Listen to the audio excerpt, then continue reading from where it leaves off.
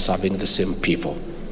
And going forward, you will be able to witness enhanced relations between the national government and the county governments through continuous engagement and mutual respect between the two levels of government. We have communicated to the governors today the request of His Excellency President William Ruto on various interventions on the part of the county governments to be in tandem with the Kenya Kwanza Manifesto and the plan. Specifically, we have requested governors to identify land as their contribution towards the implementation of affordable housing. Number two, we have communicated to the governors the request from the national government that they agree to participate in the distribution of subsidized fertilizer by providing the last mile intervention in terms of transport and distribution. We have also agreed that the governors continue to co-chair the county coordinating teams on matters to mitigate the drought situation in the country, which is already going on. We have also requested our governors to consider in areas that are prone to insecurity and require additional police reserves to consider to partner with the national government, where the national government will recruit more police reserves and provide arms and ammunition, while the county governments will provide stipends to keep those officers surviving and being able to do their work. And finally, we have briefed the governors on the Kenya Kwanza Manifesto on focusing on primary health care and level 1 intervention in matters of preventive medicine. And we have requested the governors to get into discussion with the national government on how to provide stipends jointly to community health volunteers so that we can strengthen the level 1 intervention on preventive medicine so that we can save costs on curative medicine. In a nutshell, that has been our meeting, and we will be having a retreat with the president, with the governors, to discuss the issues that I have outlined and to cement the good relationship between the two levels of government and agree on the way forward on how the two levels of government will work in a seamless manner, will cooperate together, will have mutual understanding and mutual respect for the benefit of the people of Kenya. I thank you.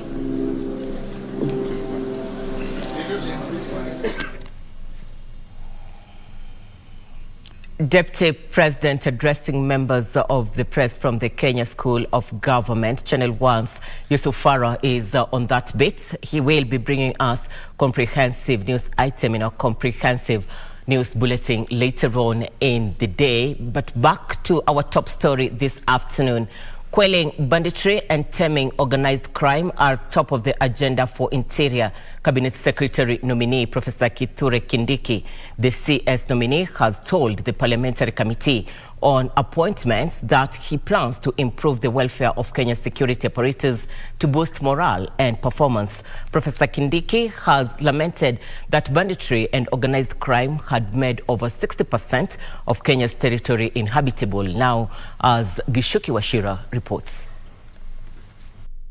The former Tharaka Nithi Senator, Professor Kithure Kindiki, was the 6th nominee to appear before the Parliamentary Committee on Appointments to defend his suitability to head the Interior Ministry.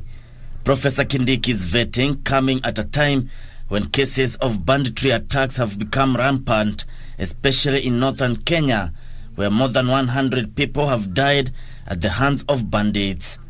On the 25th of last month, bandits attacked a village in Turkana County, killing 8 police officers and 3 civilians.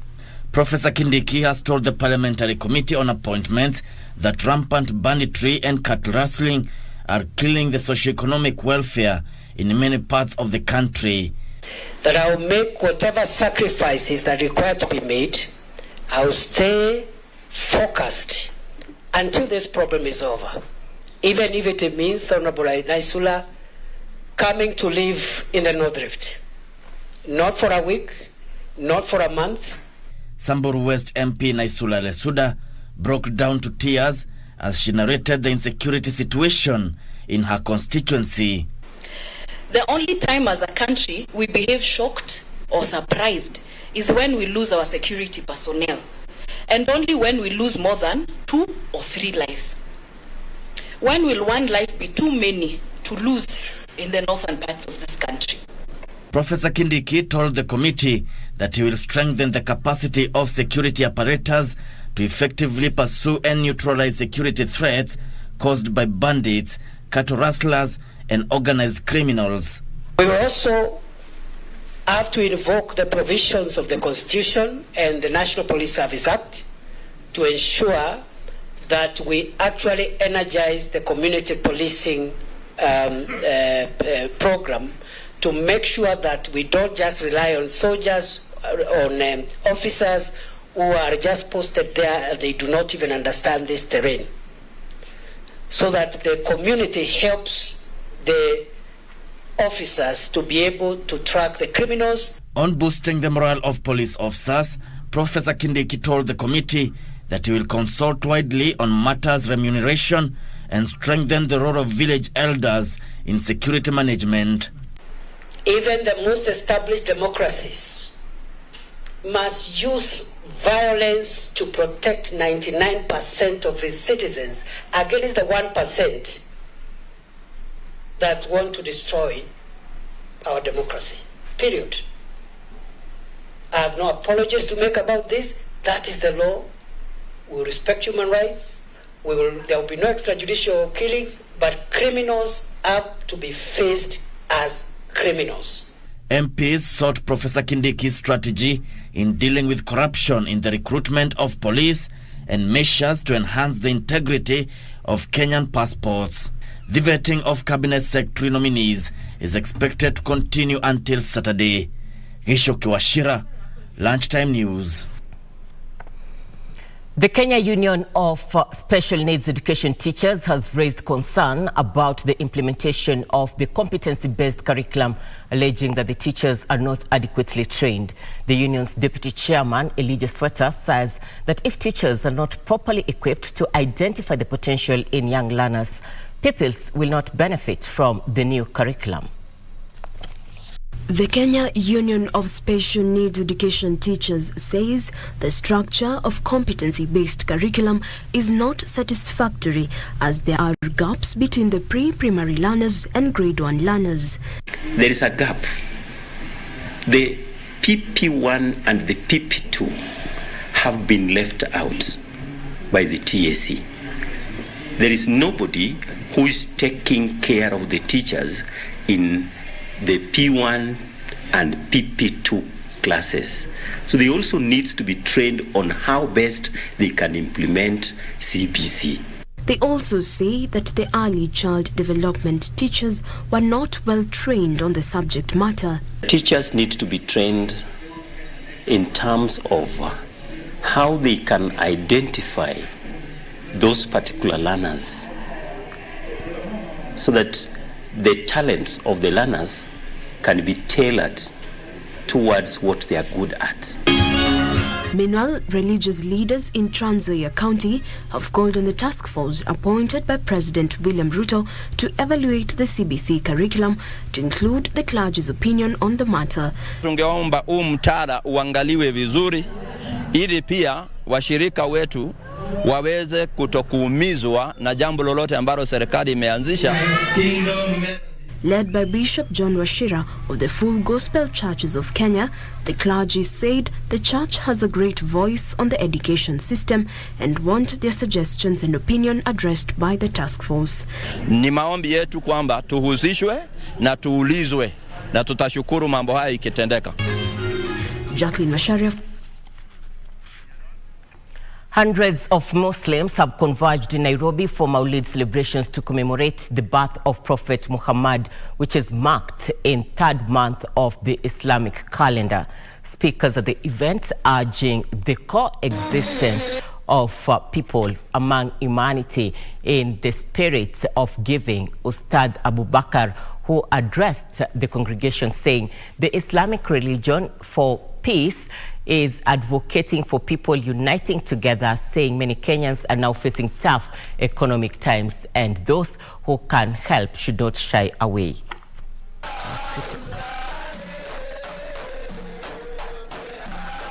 Tuna furaha siku ya leo kuweza kuadhimisha mazazi ya Mtume Muhammad sallallahu alaihi wasallam katika madrasa yetu ya Tauhid California. Wito wetu kwa Waislamu ni kwamba wakati ambao kwamba tunasherekea mazazi ya Mtume Muhammad sallallahu alaihi wasallam, basi tuwe tunasherekea na maamrisho ya Mwenyezi Mungu Subhanahu wa Ta'ala na mtume wake Muhammad sallallahu alaihi wasallam. We Kenyans, irrespective of our dominations and our faith backgrounds, we should come together, pray for this country, so that at least we can have a good transition time from the calamities we're facing, because it is cutting across now Kenyans. More than 22 counties facing the hunger issue.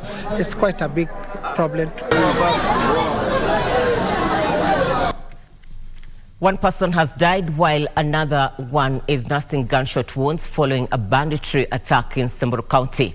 The incident comes as leaders from the banditry-prone counties are mooting a legislation to compensate victims of banditry in the porous North Rift region. Tension remains high in Samburu after the bandits alleged to be from a neighboring county attacked Pora village in Samburu Central Monday night. The heavily armed bandits are said to have killed one person, injuring another who is now nursing 2 bullet wounds. Mfugo yetu tunategemea sana kwa masomo, ni ng'ombe tunasomesha sana sisi, hasa sisi wa Samburu. Hakuna amani huko. Kila siku tu tunasikia tumarisasi tu huko kwetu, na wapako ndio wanakuja tu kuchokoza sisi huko tu side ya para. The injured now appealing to the government to recover his cattle that was stolen during the attack. Mpaka nikiwa peke yangu, mimi sikuona wakikuja. Nilistokea tu risasi wakinipiga risasi, wakipiga mafirimbi hapo, lakini nikisikia wako wengi sana, kitu kama 20 and above. Sasa wamenipiga marisasi, nikajifanya nimekufa. Samburu Deputy County Commissioner Titus Zomanyi, in the meantime, is appealing to the residents of Samburu to maintain peace as government works to restore order. We have activated the GSU in Kurkur and our police officers at Losuk police station, and they are already on the ground. As we are speaking, it's relatively calm, though tension is still there, and we intend to do a lot of peace meetings with our neighboring Pokot. This is as leaders from the banditry-prone counties are planning to come up with legislation to have victims of bandits attacks compensated. Nyumbani wana wazazi. So hiyo sheria ambayo inaleta bunge ya mambo ya reparation, mambo ya compensation itaweza kusaidia watu wetu. Tukumbuke aswa sisi wenye tuko Kerio Valley. Shida yetu ni mingi mno. Sisi huku ni kiangazi, sisi hatuna maji, sisi tuna struggle. All senators, all governors kutoka region hii kuhakikisha kwamba watoto wa Tiachi waanze kwenda shule bunduki tupu. In the next 10 years, watoto huku waishi kama watoto wa Kenya yote. At the same time, the leaders are calling for scaling up of security in the clash-prone areas. Ruth Wamboi for Lunchtime News. Residents of Sabaki Estate in Athi River, Machakos County have petitioned the Directorate of Criminal Investigation to probe the alleged acquisition of government land by powerful individuals. The locals claim that the vast land was set aside in the 1990s by the government for a numerical machining complex, but some people now claim ownership and want to evict them. Residents of Sabaki Estate want the DCI to probe on how government officers were able to sell public land to politicians and private developers. The land meant for assembling local motor vehicles was transferred to a public entity in 2009 after the government entity failed to take it up. Locals claim they settled on the land only to be met recently with evictions orders. Tumekaa huko kwa shamba na tumenyanyazwa safari mingi. So ile ningeomba tuache kunyanyazwa na polisi waache kushika watu. Na sisi tuendelee na tupewe ruhusa ya kukaa kwa shamba vile tuliambiwa na wazuri by then, and we are there. Na tumejenga watu over 3. Ile kitu tutafanya kama kitengo hiki ya DCI, tutachunguza hizo madai ambayo mmesema. Tutafungua inquiry file, to report statements zenu, na kama kuna any document ambayo ina support nyinyi mkae ndani, mtuletee pia. Pia sisi tutaenda kuconfirm hii shamba as per now ni ya nani, because the only documents ambayo tuko nazo sasa hii inaonyesha shamba ni ya Numerical Machine Limited. They further claim police officers are being used to harass and intimidate them to edge them out of the land. Athi River Sub-County Criminal Investigation Officer John Kanda says investigation have been launched on the accusation level by the officers, but maintains the documents so far indicates the land belongs to the government and a Numerical Machining Company. Tunataka tufungue inquiry, tujue kwa nini watu wanafahamia hiyo shamba na serikali haitapea watu wenye wako ndani. So naomba mwende mwandike statement zetu sahihi hapa, mlete hizo documents ambazo zote mko nazo, alafu sisi tutafanya uchunguzi zaidi ndio tujue hiyo shamba ni ya nani. The Association of Medical Engineering of Kenya, AMEC, is calling on the Council of Governors to allocate adequate resources for medical equipment. The engineers are also urging governors to seek expert opinion before procuring medical equipment, even as 13 health facilities have reported challenges in offering services due to lack of capacity and running, maintaining and repairing the medical equipment. The Association of Medical Engineering of Kenya, AMEC, is calling on the Council of Governors to revert sourcing of medical equipment to manage equipment service. Led by the National Union of Biomedical Engineers of Kenya Secretary General Peter Ayeko, the medical engineers want the Council of Governors to have adequate budgetary allocation for equipping medical facilities. What we need to do is to mitigate so that we have sustenance and how we can have it running effectively. Because already capacity building of the existing biomedical engineers is required. And on top of that, the numbers are so low compared to the WHO requirement. Ayeko urged on the Council of Governors to engage biomedical engineers' expertise before procuring any medical equipment. Ayeko says getting rid of the managed equipment service in the supply, installation, repair and maintenance of medical equipment for the county government managed health facilities could end up being more costly. But we cannot say we should remove the MRI. It's not going to be possible. Then we should remove the X-ray machine. Then how are we going to improve the healthcare? The healthcare is growing in terms of technology, and the technology is sitting here with you, and the technology is advising the government to consider renewal of this MES project in totality. The medical engineers further claim that 13 health facilities were not fully utilizing their medical equipment due to challenges such as the lack of capacity by the said facilities in running, maintaining and repairing the equipment. The Council of Governors is to reach out to the counties, that is 13 hospitals which are not utilizing the equipment, and support where there is a need for support. Because why would a county not use an equipment for 7 years or for 6 years, so to speak, and other counties are actually benefiting and asking for more? The Kilifi County government officials have raised concerns over the increased reckless dumping of used diapers in towns and villages as well as residential areas. The diapers, they say, are a threat to the environment. Kenya Wildlife Service Warden Dudley Kihulula says the diapers are harmful to marine life whenever they find their way into the ocean. Speaking during a stakeholders meeting at Eco World Recycling Center in Watamu, Dudley Kihulula said there's a need for societal change so that parents can go back to reusable diapers so as to prevent such environmental threats. Diaper ni single-use plastic. Iko categorized kama single-use plastic. And so tunapo fight single-use plastics na wahimiza watu wa hapa Kilifi pia wawe wanaweza zingatia kutumia napi kwa watoto. He added that companies making diapers should come up with products that are reusable to save the environment. Ni vizuri wale ambao wanatengeneza diapers wawe wanaweza tusaidia kupata mwelekeo jinsi tunaweza shughulika na hii swala. Hii swala ni nyeti. Sasa pia tushirikiane na wale watengenezaji wa hizi diapers jinsi kwamba watuambie wanatengeneza diapers ambazo zitakuwa recyclable namna gani. That is one. Na kama hawezi kutengeneza zikuwe recyclable, then they should tell us how will they take it from the environment. He called on NEMA to conduct an operation to ensure single-use plastic bags are no longer in the market. She said they are working on the legal framework and institutional framework to help the communities to ensure they have sustainable approaches to marine litter pollution, especially on plastic waste. She said they are working on legal framework and institutional framework to help the communities ensure they have sustainable approaches to marine litter pollution, especially on plastic waste.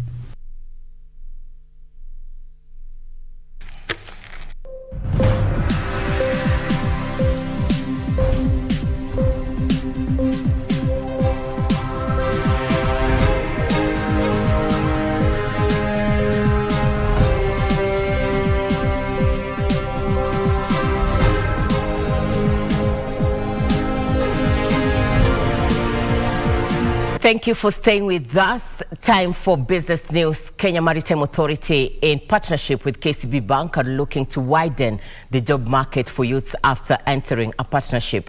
Through the partnership, 600 youths will be trained and equipped with skills to become seafarers. The program, valued at 155 million shillings, will run for a course period of 3 years. In 2020, the government signed an agreement with the Mediterranean Shipping Company and Royal Caribbean Cruises to recruit and train thousands of Kenyan youths to work in the maritime industry. However, the plan has faced serious hurdles due to the high cost involved in the recruitment and processing of qualified job applicants. In July, the Royal Caribbean Cruise was in the Kenyan market to recruit 2,000 Kenyans to work in various shipping departments like housekeeping and security, among others. However, the exercise managed to recruit less than 500 people, since most of the recruits failed to raise insurance, medical and other costs needed to travel for the training. We have to assist them because coming from unemployment, it means that they may not be able to meet the costs of embarkation. Eliminate that barrier of embarkation by helping them meet that cost. They pay their money and the money is pumped back to the other beneficiaries. And through this sustainable process, then we have those Kenyans who have qualified to work on board the vessels will not have this kind of a challenge in future. To deal with this, the government has entered into an agreement with the Kenya Commercial Bank to provide unsecured loans to job seekers to cover embarkation costs and travel logistics. Tumekubaliana na Kenya Maritime kwamba tutakaa chini tuangalie ni sehemu gani ambazo zinawafanya watu wetu hapa wanakuwa na udhaifu katika kupata kazi hizi. Jambo la maana sana ni kuwezesha our youth kuwa na skills and competence ili waweze kuajiriwa. Hence, we are attacking the problem of youth unemployment.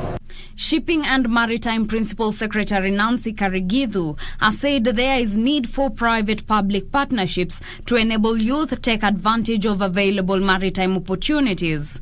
The KCB partnership with Kenya Maritime Authority is valued at 155 million shillings and seeks to train 600 youth over a 3-year period beginning next year. Reporting for Lunchtime News, I am Teresa Mutai.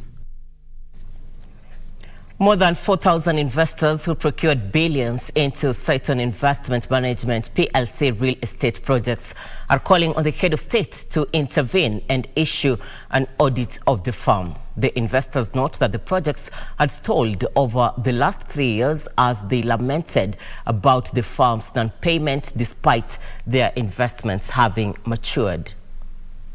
In an open letter to President William Ruto, investors in Saiton High Yield Solutions and Saiton Project Notes alleged that the firm urged them to invest in the two products without indicating which was regulated or unregulated. In the letter, the investors alleged that the firm started defaulting payment of interest and maturing principals in the year 2019, which worsened in preceding months, and from the year 2020, the company blamed the non-payment on the disruptions caused by the COVID-19 pandemic. The investors further claimed that the company had proposed 3 options, including including an extension of the maturity dates by a year, conversion of investments into real estate units, or entering a standstill agreement where no withdrawals were made for 2 years and with a one-off renegotiation fee.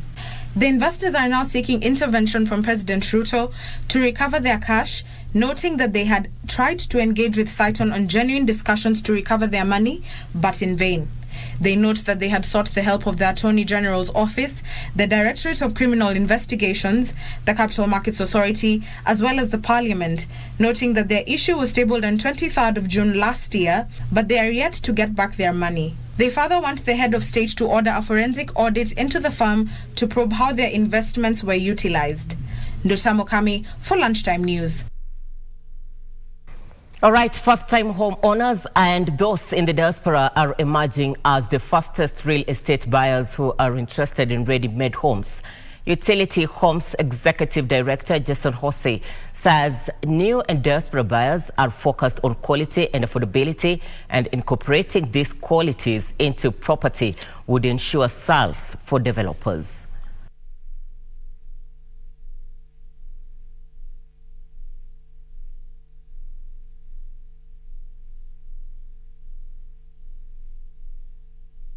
High quality finishing, but it should cater to a much larger group of people, and ultimately these units are very good rental units, and I think once you can go down that price point, the market for rental and therefore the market for affordability is that much bigger. Considering the issues that have been thrown up in the global supply chain, you know, there seems to be a never-ending stream of bad news, which has been caused a little bit of difficulty when importing stuff. We have control over all aspects of the development, yeah? So we have an entire team that is handling the entire development process.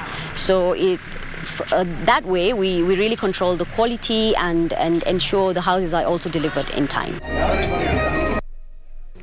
The rate of inflation in Nigeria rose to 20.8% in September, the highest rate since 2005. Hitting a 17-year high on the back of soaring food prices and supply chain disruption.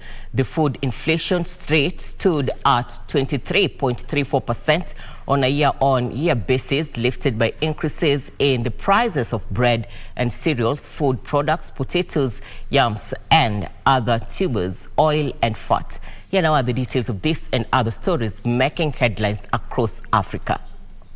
Items less farm produce or core inflation, including the prices of volatile agricultural produce, stood at 17.6%, up from 17.2% recorded in August 2022. Nigeria's Bureau of Statistics said the highest increases were recorded in prices of gas, liquid fuel, passenger transport by air, passenger travel by road, and solid fuel. The Bureau said that the rising inflation rate was caused by soaring food prices, disruption in food supply chain, rise in import cost due to the currency depreciation, and increase in the cost of production. The inflation rate increase places renewed pressure on the Nigerian Apex Bank to increase interest rates and put inflationary pressures at bay. Last month, the Central Bank of Nigeria raised the monetary policy rate from 14% to 15.5%, the third consecutive increase in 2022. Meanwhile, the International Monetary Fund projects that Equatorial Guinea's real gross domestic product growth for 2022 may be lower than 5.8% anticipated in July due to recent incident in a large oil production unit. The IMF in July attributed 5.8% GDP growth to hydrocarbon production and battery construction. The overall fiscal balance improved in the first half of the year beyond staff projections, reaching 5% of GDP, mainly due to higher hydrocarbon revenue. Finally, Ethiopia has ordered banks to deny foreign currency to business importing non-priority goods in an effort to show up dwindling foreign reserves in one of Africa's major economies. The move effectively freezes the import of 40 products, including vehicles, motorcycles, wall clocks, umbrellas, carpets, soaps, alcohol, perfumes, and cigarettes, as businesses must register with banks to obtain the foreign currency needed to bring goods into the country. In a letter to Ethiopia Central Bank, the Ministry of Finance said it had become necessary to restrict the use of foreign currency to importing food, medicine and medical equipment, and raw materials for manufacturing.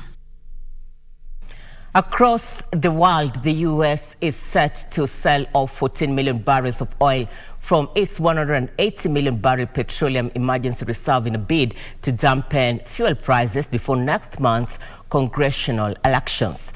The Biden administration plans to sell an additional 26 million barrels from a congressionally mandated sale in fiscal year 2023. Here now are the details of this and other stories making headlines in the world of business. On Monday, the price of gasoline hit $3.89 a gallon, up about 20 cents from a month ago and 56 cents higher than last year at this time. The Department of Energy plans on selling, then buying the oil back, reflecting the White House's desire to combat rising pump prices while supporting domestic drillers. Rising retail gasoline prices have helped boost inflation to the highest in decades, posing a risk to Biden and his fellow Democrats ahead of the November 8th midterm elections, in which they are seeking to keep control of Congress. Elsewhere, European car sales have grown by 7.9%, translating to $1.05 million for a second month in a row after 13 months of decline. Data from the European Automobile Manufacturers Association indicated that 4 of the major European Union markets, namely Spain, Italy, Germany and France, reported a stronger growth of 9.6% in car registrations. The increase builds on results from August, when the industry reported its first gains in more than a year. Even as deliveries rise, sales remain far below 2019 levels, the year before the pandemic, as car makers continue to battle a range of issues from chip shortages to the energy crisis.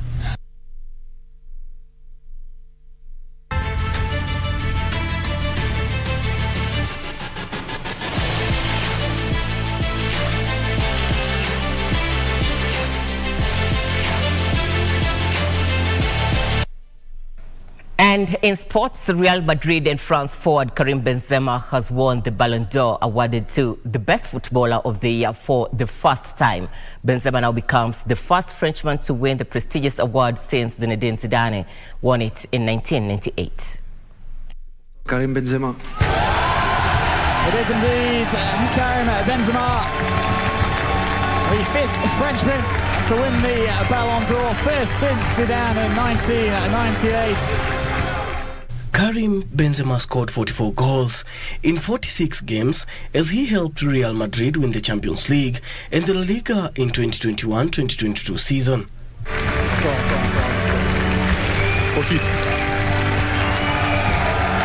What a special occasion it is for him. Bayern Munich's Sadio Mane, who was at Liverpool last season, was second ahead of Manchester City's Kevin De Bruyne. Who is the 5th Ballon d'Or of history? Alexia Putellas. Alexia Putellas. Barcelona's Alexia Putellas retained the Women's Ballon d'Or, awarded to the best female footballer of 2022. England's Euro 2022 winner and Arsenal forward Beth Mead was second. Real Madrid's Thibaut Courtois bagged the Ashin Trophy ahead of Liverpool's Alisson Becker and Manchester City's Anderson Moraes. Newly introduced Socrates Awards awarded to players on their efforts in helping tackling social issues went to Sadio Mane, who through his career has built a hospital and a school in Senegal. Tributes to Socrates. Quite a year for Mane. Only an African champion with the Senegal. His team also. Barcelona's Robert Lewandowski settled for the Gerd Müller Trophy after being the highest scoring footballer in the previous season. Robert Lewandowski takes home the Best Striker Awards, now known as the Gerd Müller Trophy. Premier League champions Manchester City, who had 6 nominees at the ceremony, were awarded the Club of the Year ahead of Liverpool. The Club of the Year. Well, City representatives up on stage, including Kevin De Bruyne and goalkeeper Edison. The Ballon d'Or is awarded to the best footballer of the year based on performance over the previous season and is voted for by 100 journalists from around the world. Daniel Mwendwa, Sport. It's been an amazing night. Thank you everyone for being here. See you next year for the 67th